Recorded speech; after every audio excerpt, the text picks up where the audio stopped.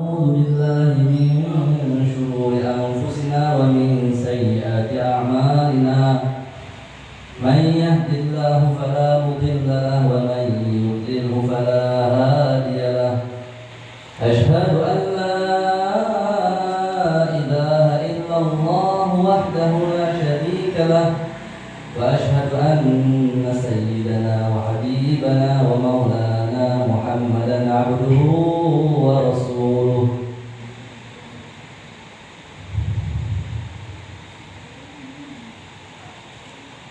وقال تعالى أعوذ بالله من الشيطان الرجيم بسم الله الرحمن الرحيم إن الذين قالوا ربنا الله ثم استقاموا تتنزل عليهم الملائكة ألا تخافوا ولا تحزنوا وأبشروا بالجنة التي كنتم توعدون نحن أولياؤكم في الحياة الدنيا وفي الآخرة ولكم فيها ما تشتهي أنفسكم ولكم فيها ما تدعون نزلا من غفور رحيم ومن أحسن قولا ممن دعا إلى الله وعمل صالحا وقال إنني من المسلمين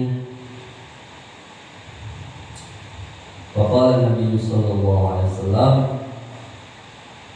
من أحيا سنتي فقد أحبني ومن أحبني كان معي في الجنة atau kama qala Nabi sallallahu alaihi wasallam.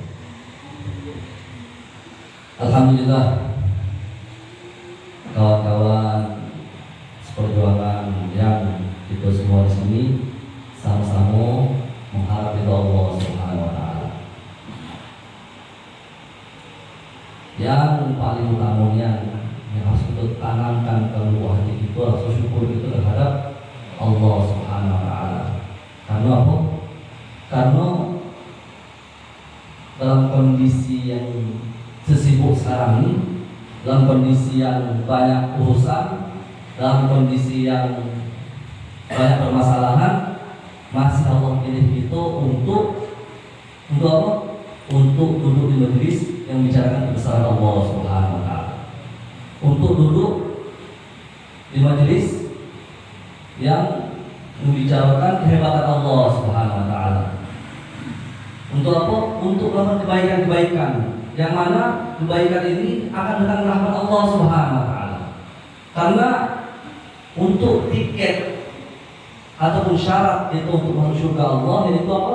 Iman Allah Subhanahu wa taala.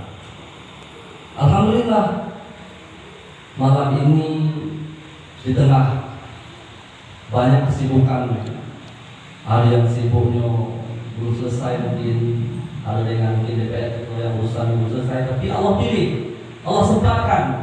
Ini bukan karena kemampuan itu, tapi memang kehendak Allah Subhanahu wa taala. Atau mungkin bukan karena dia sama kawan itu, atau mungkin karena apalah, karena alasan apapun, tapi memang Allah sayang. Tapi dalam bukti Allah pengen kebaikan terhadap itu. Wa ma tasyauna illa ay yasha Allahu rabbul alamin. Kalian tidak dapat mengenai sesuatu kecuali apa yang dikehendaki oleh Allah Subhanahu wa taala. Kehendak kita ini yang mulia, Allah yang atur. Hati kita ini Allah yang atur. Kita nak macam ini macam itu terhadap kebaikan, Allah yang atur yang mulia. Nah ini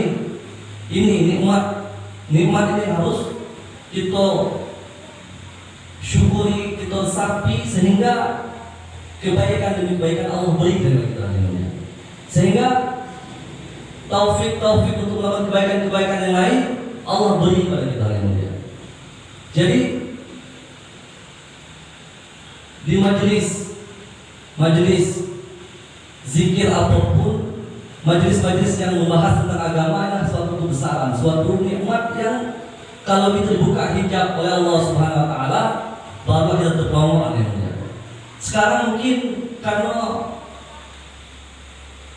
tebalnya pemahaman dunia menjadi kita sehingga jarang kita mendapatkan informasi tentang apa keutamaan yang Allah janjikan, yang Allah berikan terhadap orang-orang yang mengamalkan agama, terhadap orang-orang yang melakukan kebaikan-kebaikan. Terhadap perkumpulan ini Allah berjanji yang mulia, yaitu illa nazalat alaihimus sakinah. Allah akan berikan sakinah, ketenangan jiwa terhadap orang apa? Terhadap orang yang berkumpul. Berkumpul itu apa? Untuk mengingat Allah Subhanahu wa taala. Berkumpul itu apa? Untuk membicarakan kehebatan Allah Subhanahu wa taala. Illa nazarul sakinah wa ghasyiyatuhur rahmah. Dan rahmat akan Allah liputi terhadap orang-orang yang berkumpul terhadap suatu kebaikan, terhadap orang yang mengingat Allah Subhanahu wa taala. Wa dzakarahumullahu fi man 'indah. Dan nama orang yang hadir di situ Allah banggakan, Allah muliakan sampai nama orang tuanya di majelis para malaikat, di majelis yang maksum, yang majelis tersebut tidak ada pernah ada perkumpulan melebihi perkumpulan kita manusia di dunia ini. Itu kalau kita sadar ini ya. Jadi nikmat besar itu dapat malam ini. Jadi jangan itu paham terhadap dunia, itu harus paham juga terhadap nilai-nilai agama, sehingga ada kesemangatan, sehingga ada rasa syukur terhadap diri kita ketika mendapat nikmat tersebut. Bahkan Allah Subhanahu wa taala memiliki satu kelompok malaikat. Satu kelompok malaikat ini khusus untuk berjalan di muka bumi ini, mencari orang-orang, mencari perkumpulan-perkumpulan yang mereka ini membicarakan tentang kebesaran Allah, tentang kehebatan Allah. Ketika malaikat tadi menemukan perkumpulan ini, maka Allah perintahkan mereka tadi untuk apa? Untuk bergabung sama mereka ini. Ketika bergabung, maka mereka yang lain panggil kawan kalian di sini tempat yang Allah perintahkan itu duduk. Sehingga mereka itu berkumpul stop sampai ke langit Allah Subhanahu wa taala ini. Kalau itu dibuka, itu sudah Allah tampakkan bahwa mereka ini duduk bersop sampai ke arsy Allah Subhanahu wa taala. Ketika perkumpulan ini selesai, maka artinya tugas mereka selesai. Mereka menghadap Allah Subhanahu wa taala, maka Allah Subhanahu wa taala bertanya. Allah ini kalau bertanya hari mulia, bukan pengen tahu tapi nak kasih tahu. Macam mana? Allah ini kalau bertanya apa? Bukan nak kasih tahu, bukan nak pengen tahu tapi mau kasih tahu. Dari mana wahai malaikatku? Dari mana? Sesuai perintah dari bumi, tempat perkumpulan orang-orang yang membicarakan tentang besar Allah Subhanahu wa taala. Maka tanya lagi, apa yang mereka lakukan di sana? Mereka bisa berkumpul ya Allah. Mereka berkumpul membicarakan kebesaranmu, membicarakan perintah-perintahmu, membicarakan tentang hukum-hukum Allah Subhanahu wa taala. Maka Allah Subhanahu wa taala bersumpah dan disaksikan dengan malaikatnya, wahai malaikatku, engkau menjadi saksinya bahwasanya seluruh orang yang ada di majelis tersebut akan aku ampuni dosa-dosanya.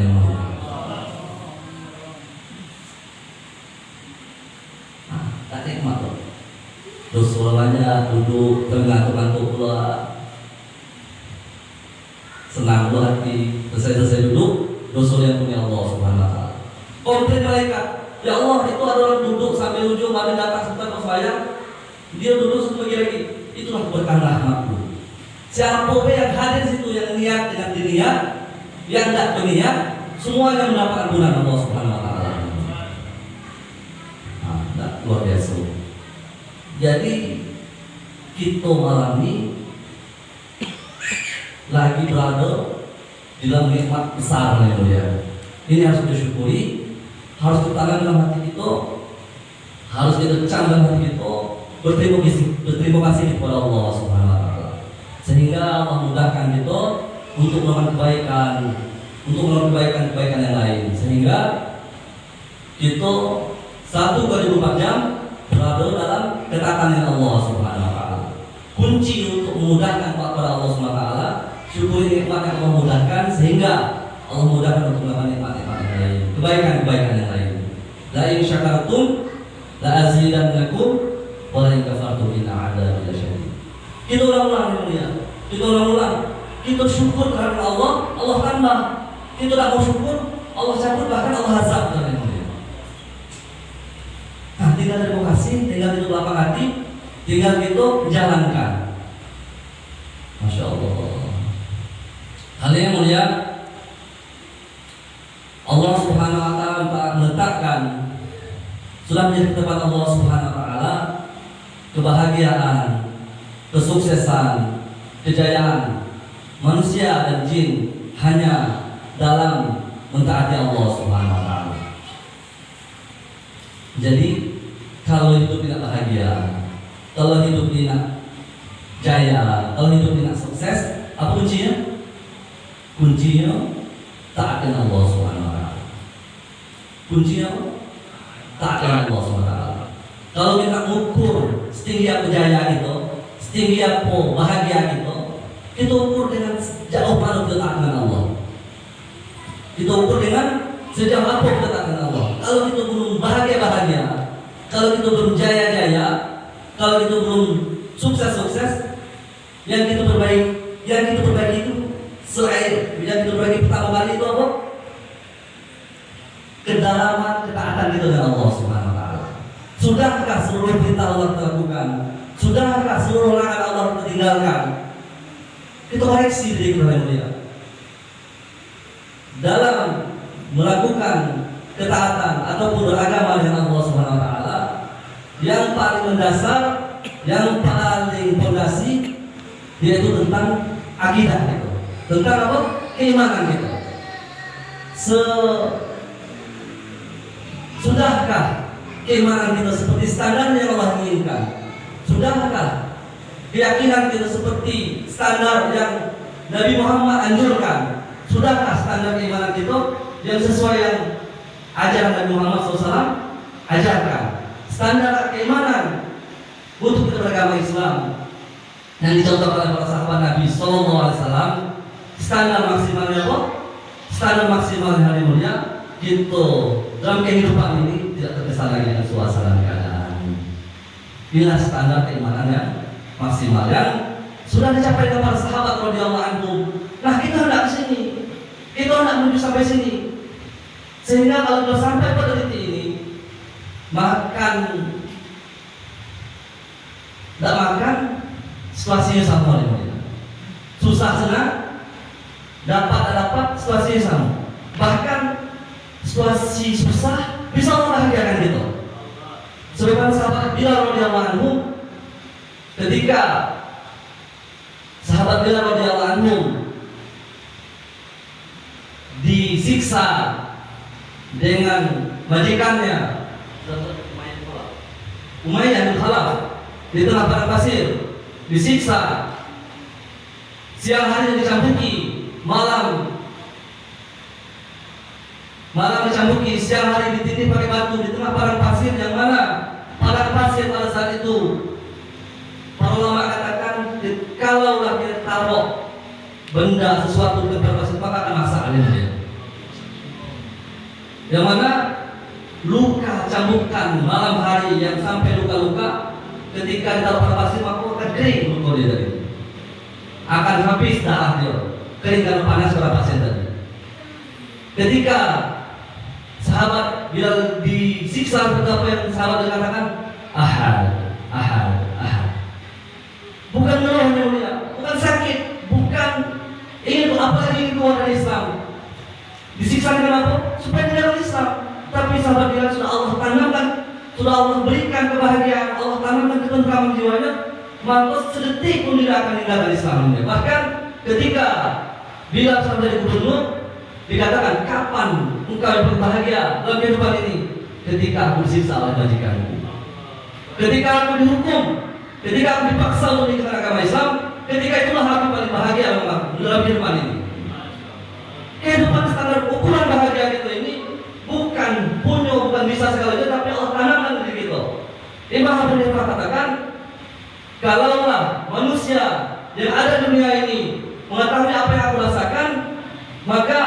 semuanya akan berburu-buru hati menuntutkan apa yang aku rasakan. Apa yang tadi mulia, ketenangan yang Allah berikan hatinya mulia. Jadi tolak ukur bahagia kita yang mulia, jangan pernah kita ukur dengan uang kita, jangan pernah kita ukur dengan rumah kita, jangan pernah kita ukur dengan kendaraan kita, tapi kita ukurlah sejauh mana kita dalam hati Allah Subhanahu Wa Taala. Belum bahagia kita, berarti ketaatan kita belum sampai yang mulia. Perbaiki lagi, sempurna lagi yang mulia. Ini standar para sahabat Nabi Muhammad SAW. Seluruh sahabat Nabi, 124.000 sahabat Nabi, mereka sudah sampai pada titik ini mulia. Mereka sudah sampai pada titik ini. Sahabat Anas, sahabat Anas radhiyallahu anhu, ketika perang Uhud, mereka sahabat ini, ketika di dunia Allah sudah sampaikan Allah surga di dunia. Ketika di dunia bukan melakukan sesuatu apapun, tapi Allah buka hijab, Allah tanamkan Allah surga. Apa yang ketika perang Uhud, apa kata sahabat Anas? Apa yang dia tunggu lagi? Di sana aku sudah mencium surga katanya. Maka sahabat Anas radhiyallahu berperang hingga syahid yang mulia. Di dunia sudah mencium aroma surga. Banyak lagi kisah-kisah sahabat yang menjadi ikhtibar untuk kita, yang menjadi panduan, yang menjadi pedoman untuk kita. Standar untuk mendapatkan kebahagiaan, standar untuk mendapatkan kesuksesan, standar untuk mendapatkan kejayaan. Jangan kita terbalik akhirnya, jangan tersalah dalam menyikapi ini, jangan tersalah dalam menyikapi ini. Kita melihat kawan itu mungkin duitnya banyak, mungkin rumahnya besar, mungkin serba berkecukupan, tapi yakinlah yang mulia, kalau tidak ketaatan dengan Allah dalam hatinya, dalam kehidupannya, orang yang tidak akan bahagia yang mulia. Insyaallah ya. Insyaallah. Kemudian ini standar persahabatan. Paling minimal ini tujuannya. Paling minimal ini tetap ditanamkan dalam diri kita akan menjadi seperti ini. Sehingga pertolongan Allah akan Allah sampaikan kepada kita. Sehingga kemudahan-kemudahan langkah kita Allah berikan pada kita. Karena sebenarnya kita beragama ini bukan sehari, bukan 2 hari, bukan 3 hari, bukan 40 hari, bukan 4 bulan, tapi sampai kapan? Sampai kapan? Sampai mati kita beragama yang mulia. Insyaallah ya. Kita nak mengamalkan iman ini bukan untuk 3 hari, bukan untuk 40 hari, bukan untuk 4 bulan, tapi untuk sampai mati. Kita 3 hari, 40 hari, 4 bulan ini cuma untuk latihan. Biar itu bisa kita bawa dalam kehidupan kita yang sebenarnya. Dan setelah kita tahu ilmunya, standar maksimal seperti itu, Allah buktikan dengan contoh-contohnya. Allah bahagiakan orang yang semakin maksimal taat pada Allah. Minimal kita mampu menjalankan seluruh perintah Allah, mampu juga meninggalkan seluruh larangan-larangan Allah Subhanahu Wa Taala. Ini ukuran minimalnya. Ukuran maksimalnya apa tadi? Tidak lagi terkesan dengan suasana keadaan. Tidak bisa dibarter, tidak bisa ditukar. Api yang dihadapkan dengan kita tidak akan bisa ditukar dengan keimanan kita. Musibah yang dihadapkan dengan kita, apalagi seperti yang mulia, tidak akan bisa lagi ditukarkan dengan keimanan kita yang mulia.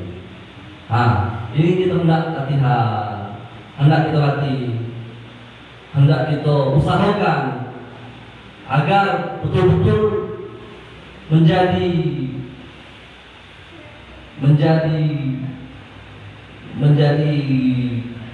darah daging kita yang mulia. 1/24 jam macam mana kehidupan ini kita tidak pernah melepaskan kaitan kita dengan Allah Subhanahu Wa Taala. Tidak pernah lalai dengan mengingat Allah Subhanahu Wa Taala. Allah Subhanahu Wa Taala berfirman, "Man 'amila shalihan min dzakarin aw unsa wa huwa mu'min falanuhyiyannahu hayatan thayyibah." Barang siapa laki-laki ataupun wanita mereka yang beriman kemudian beramal soleh, wa huwa mu'min falanuhyiyannahu hayatan thayyibah. Allah akan tanamkan, Allah akan berikan kehidupan yang baik dengan orang tersebut. Allah akan berikan kehidupan yang tentram dengan orang tersebut. Kuncinya apa? Dari dapat tentram, amal soleh. Kuncinya apa? Iman yang sempurna dengan Allah Subhanahu Wa Taala. Bahkan yang mulia, bukan sekedar Al-Quran yang Allah turunkan. Allah turunkan kekasihnya, Allah turunkan lagi kekasihnya, Allah hantar lagi sahabatnya, Allah kirimkan lagi aulia-aulia. Agar apa? Agar kita bahagia. Agar apa? Agar kita tidak sesat. Agar apa? Agar kita dijaya. Agar apa? Agar kita ini sampai terhadap surga Allah Subhanahu Wa Taala, sampai terhadap kenikmatan yang hakiki, sampai terhadap kebahagiaan yang hakiki yang mulia. Insyaallah ya. Insyaallah. Itu nak tanamkan yang dalam kehidupan itu. Dengan agama inilah kita akan bahagia. Dengan agama kita akan jaya. Dengan agama kita akan sukses dia. Terhadap agama yang sudah kita pelajari dari mulai kita lahir, mulai ke sekolah, mulai ke madrasah-madrasah itu, yang sudah kita tahu kita amalkan. Kalau sudah yang kita tahu kita amalkan, maka Allah akan berikan apa? Ilmu-ilmu yang kita tidak ketahui. Kalau ilmu yang sudah semua yang kita ketahui kita amalkan, maka Allah akan berikan ilmu yang kita ketahui. Dalam hadis Qudsi dikatakan yang mafhumnya, kalaulah seluruh ilmu yang sudah kita dapatkan yang kita amalkan, maka Allah Subhanahu Wa Taala akan berikan ilmu-ilmu yang belum kita ketahui.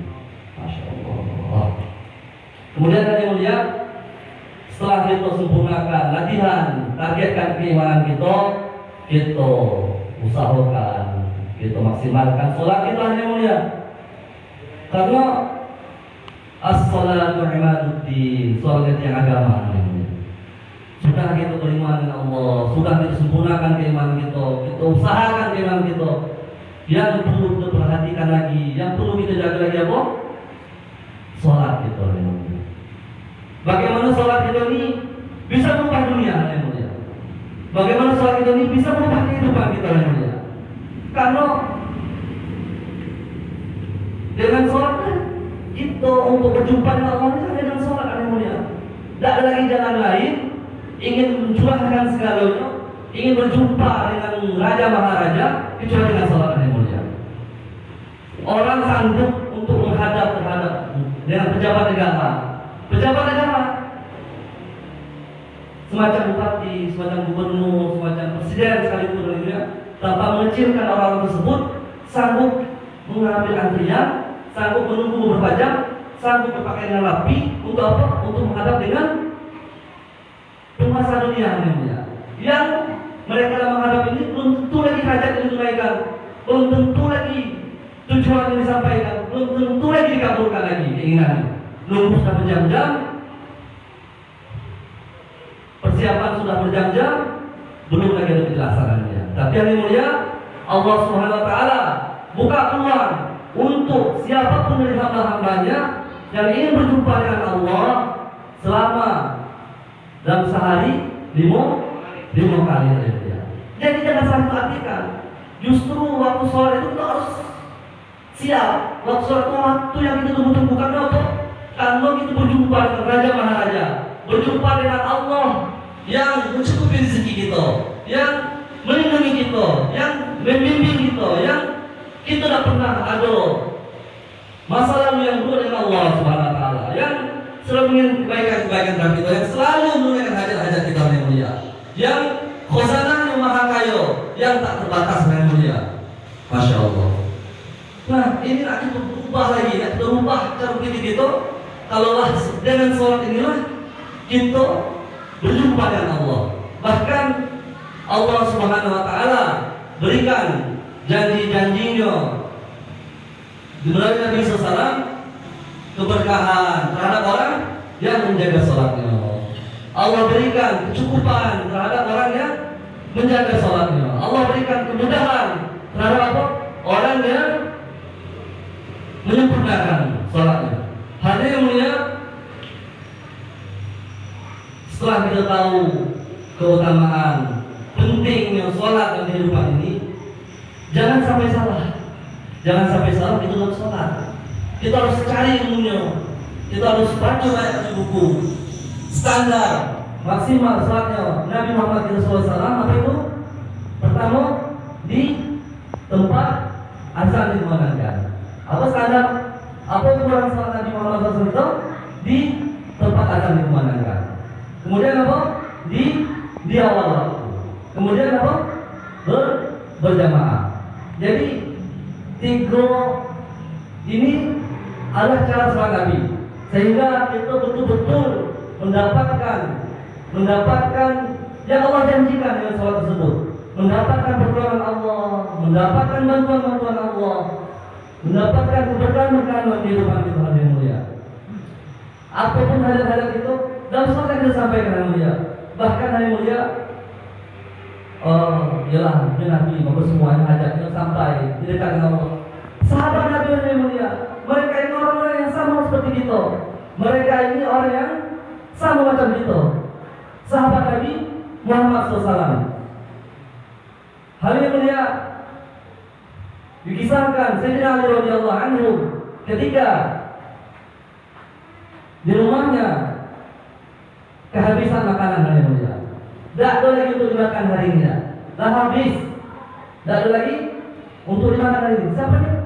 Menantu Nabi Muhammad SAW, suaminya Fatimah Az-Zahra, anak Nabi yang ada di rumah tersebut. Tetapi di rumah tersebut tidak ada lagi makanan. Apa yang dapat Sayyidina Ali yang mulia? Bukan ngadu dengan Nabi, bukan ngadu dengan Nabi itu. Yang sebenarnya balik ke rumah mertua, minta, tidak ada permasalahan. Tapi hal yang mulia, Sayyidina Ali ini bukan tidak mau minta dengan Nabi, tapi dia tahu ada yang berhebat lagi dari Nabi yang mulia. Ketika dia minta kepada Allah SWT, pasti akan Allah kabulkan Nabi yang mulia. Maka apa yang sekali, Sayyidina Ali pergi ke masjid yang mulia, sholat hajat kepada Allah SWT, meminta kepada Allah SWT dengan sholatnya, maka pulang lagi ke rumah. Ketika pulang ke rumah, ditanya sama istrinya, wahai istriku, sudah ada perubahan kan rumah ini? Belum lagi wahai semua suamiku. Masih macam tadilah, masih belum ada makanan lagi. Sayyidina Ali perbaiki lagi wudhunya, perbaiki lagi seluruh wudhunya. Mulai ini masih bukan Allah yang salah, tapi sholat saya yang salah. Maka Sayyidina Ali perbaiki wudhunya lagi, perbaiki semuanya, pergi sholat lagi yang mulia. Sholat lagi, perbaiki sholatnya lagi, lebih sempurnakan lagi bacaannya, sempurnakan lagi semuanya.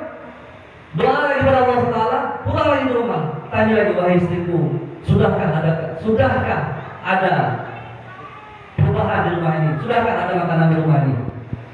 Belum lagi, wahai suamiku. Yang ketiga, ini kan sekali sholat saya yang salah, bukan Allah yang salah. Siapa yang salah? Sholat yang salah, bukan Allah yang salah. Perbaiki lagi wudhunya, perbaiki lagi semuanya, pergi lagi ke masjid. Doa, balik lagi ke rumah. Sesampai di rumah, ada mesin gandum yang di gudang rumah Sayyidina Ali ini. Mesin gandum tersebut tiba-tiba mesin gandum yang sudah di gudang, yang sudah rusak, mengeluarkan gandum dari mulutnya. Mesin yang sudah rusak, yang sudah letak di gudang, tiba-tiba itu mengeluarkan gandum dari mulutnya. Maka Sayyidina Ali tampung gandum tersebut secukupnya. Tampung gandum tersebut secukupnya. Ketika sudah cukup, mesinnya sudah dimatikan. Sudah ambil gandum tadi cukup semua, mungkin tempat berasnya cukup, mesin tempat gentong cukup, sudah mati mesinnya. Pas sudah mati mesinnya, ini tepung belum dimakan. Pergi ke Nabi dulu. Kalau ini dari yang lain kan, pergi ke Nabi, ceritakan semuanya di sana. Pertama, sholat, 2, 3, sholat, kemudian ceritakan Nabi. Maka kata Nabi,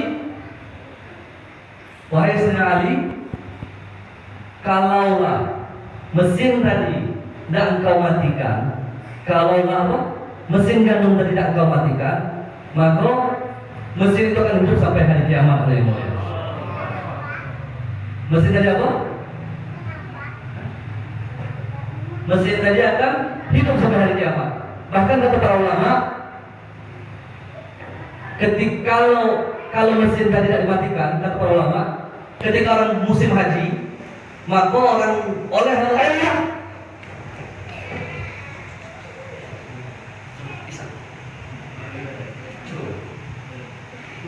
kata para ulama, oleh orang balik haji itu, kalau sekarang ini olehnya air zam-zam kan?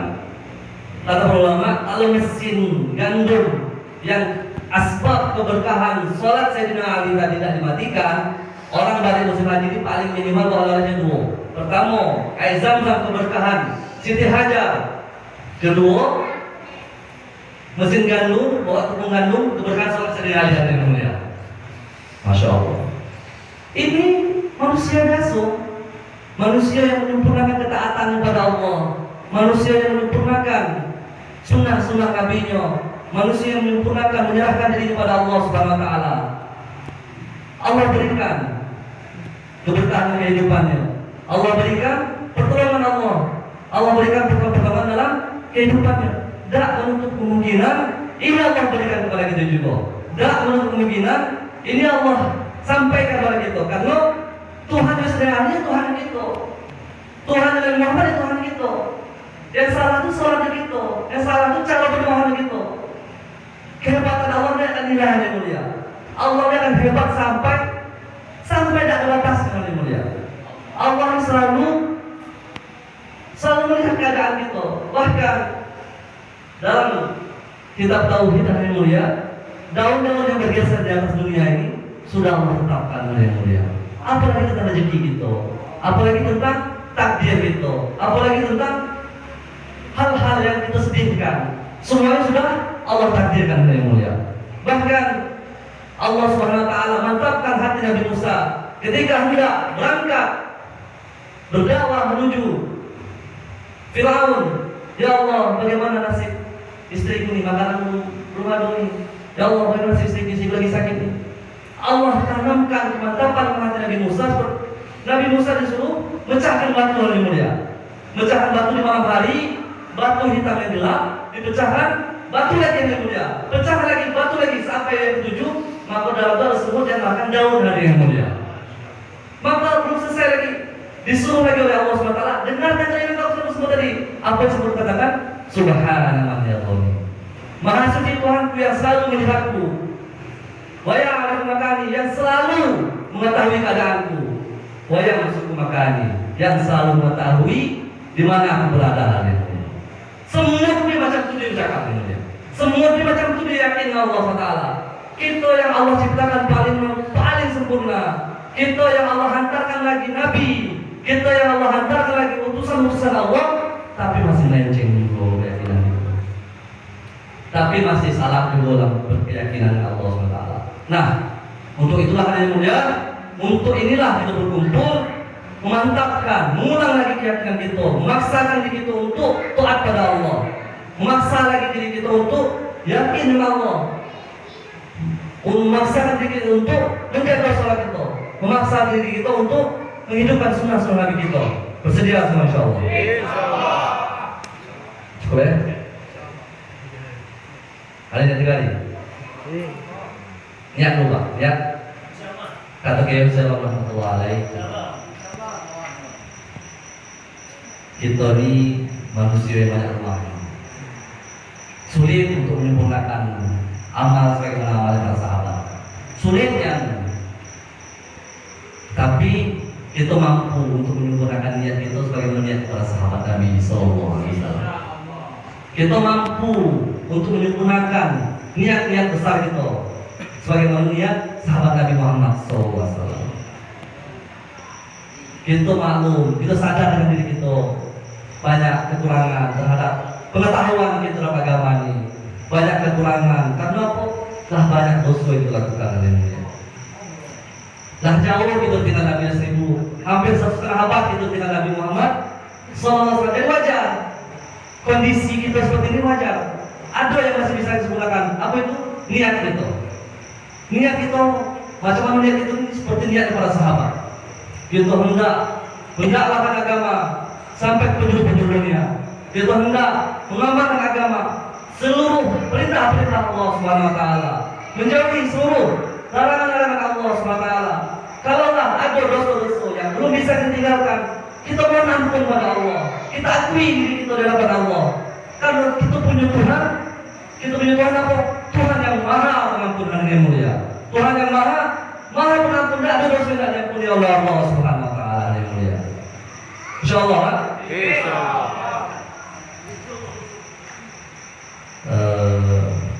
Ada baik dari Allah Subhanahu wa taala. Semoga Allah Subhanahu wa taala memberikan kemudahan, taufik, serta Allah Subhanahu wa taala. Subhanallah wa bihamdihi, subhanallah wa bihamdihi,